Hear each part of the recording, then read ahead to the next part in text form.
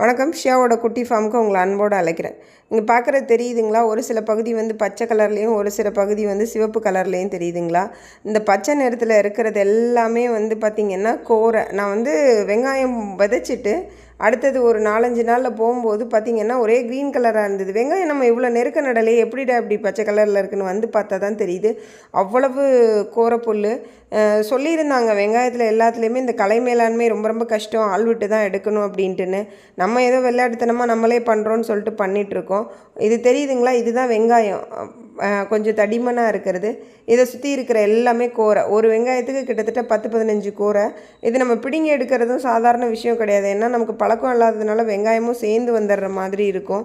So இப்படி கொஞ்சம் கொஞ்சமாக தான் எடுக்கிறோம். நம்ம இங்கேருந்து அப்பு 40 கிலோமீட்டர், டவுனு 40 கிலோமீட்டர், கிட்டத்தட்ட 80 to 100 கிலோமீட்டர் ட்ராவல் பண்ணி நம்ம இதை பண்ணுறது வந்து ஒரு விளையாட்டுத்தனமான வேலை தான். சீரியஸான விவசாயம்லாம் பண்ண முடியாது.